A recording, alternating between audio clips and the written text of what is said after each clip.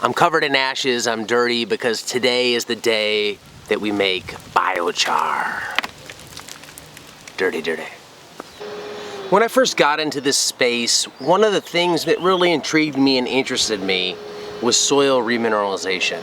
I got into permaculture, I got into growing my own food through the diet route. I read a book that really inspired me to change. That book was called Anti-Cancer, and it talked about eating a lot of nutrient-dense food. Through that route, I started discovering the work of people like Don Weaver, and I started reading more and more about soil remineralization. And naturally down that rabbit hole, I came across terra preta, that mixture of charred wood and clay that was incorporated into Amazonian soils, and we've now gone on to mimic that up here through this process of pyrolysis to create biochar. So biochar is something that's always interested me, but it seems sometimes it can be complex to make. I know you can do it in cones in the earth, and there's low-tech ways to do it, but to make a retort, it takes a little bit of welding and stuff, and that's more than I often want to take on. So this right here is my very unsophisticated way of making biochar.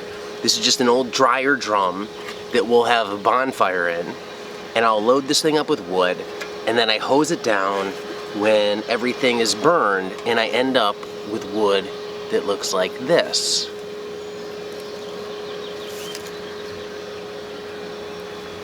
Now, I fully understand there's degrees of biochar and how biochar is produced and what biochar is produced from, meaning what's the carbon source, affect the quality of the biochar. I get that. I'm just kind of going for minimum viable dose here, so this might not be the highest grade biochar, and I get it, but it works. I can have a bonfire with the kids, we can have fun, enjoy the fire, and then the byproduct of that fire is taking the old scrap wood and creating char. So this thing will be going full blast, hose it down multiple times, and then at the end of the day you end up with this. And then this I crush into a powder, which I'll then go and add into my garden beds. I'll show you how I do that. Sticking with the low-tech DIY at home theme, this is my biochar maker here. It's just essentially a big tamping stick that crushes the bigger chunks of char like this into smaller pieces.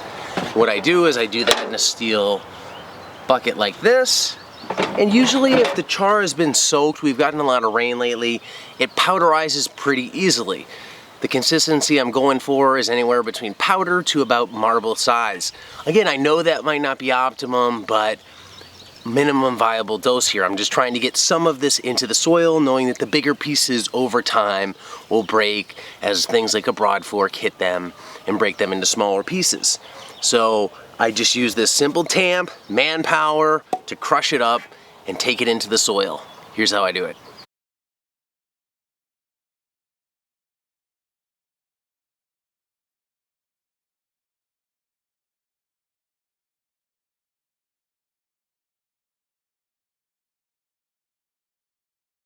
So as you can see, it starts to break up into a fine powder.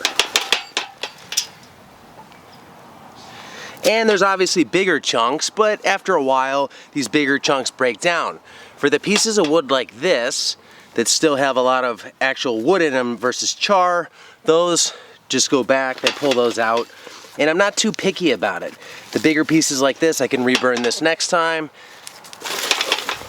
And these are probably the biggest size pieces I'll leave in there. Again, maybe not optimum, but it works. I'm trying to get the most bang for the least amount of fuss here.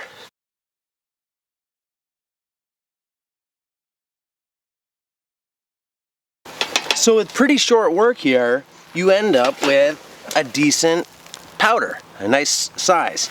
Now there's bigger pieces, but they're pretty small. It's not going to take much to break these down into the soil. And this is kind of what I'm going for.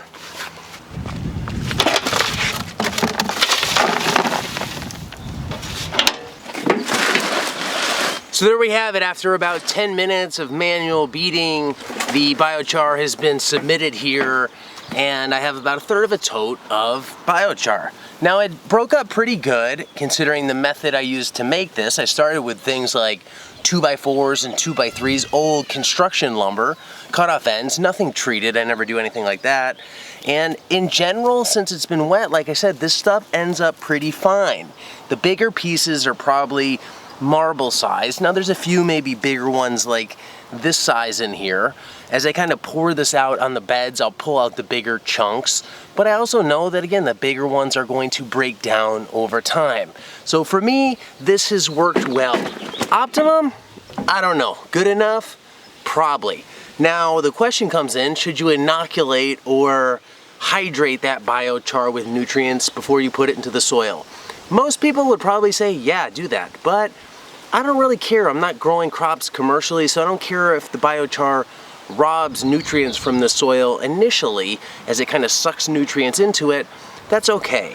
So I'm not going to worry about it. I figure at the end of the day it's going to be fine. The chickens are going to go over this. I am not short nutrients in these beds, and I think it'll do fine. I'll let it soak up its nutrients over time versus treating it. You could treat it ahead of time by basically putting it in a soak of nutrients, but then you're dealing with this wet slurry, which is just a little messier to spread out on the beds themselves. At the end of the day, the washing machine drum works well for me. I've used this method for years to make biochar, and for me, the results that I've gotten in terms of the actual char itself seem to be good. I don't need to deal with a retort or anything like that. I'm often not dealing with large quantities of lumber, so this simple drum makes it easy to create biochar on a very small scale. Now, the big question is how effective is biochar? How good is it? Should you even add it to your soils? Honestly, I don't really know. I'm still kind of undecided.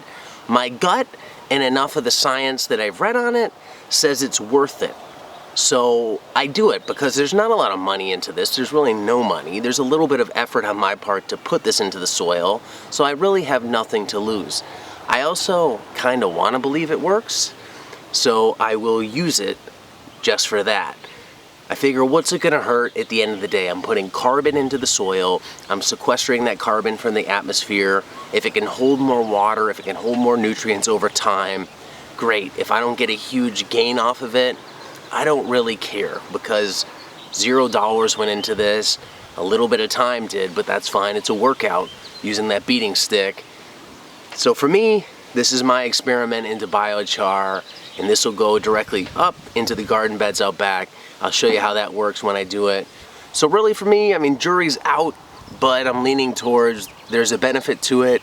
I'll have somebody over the summer on the podcast to talk in depth about biochar, the benefits of it, how you can do it on a home scale, a farm scale, and is it worth it? Somebody who's more of an expert than me on the subject.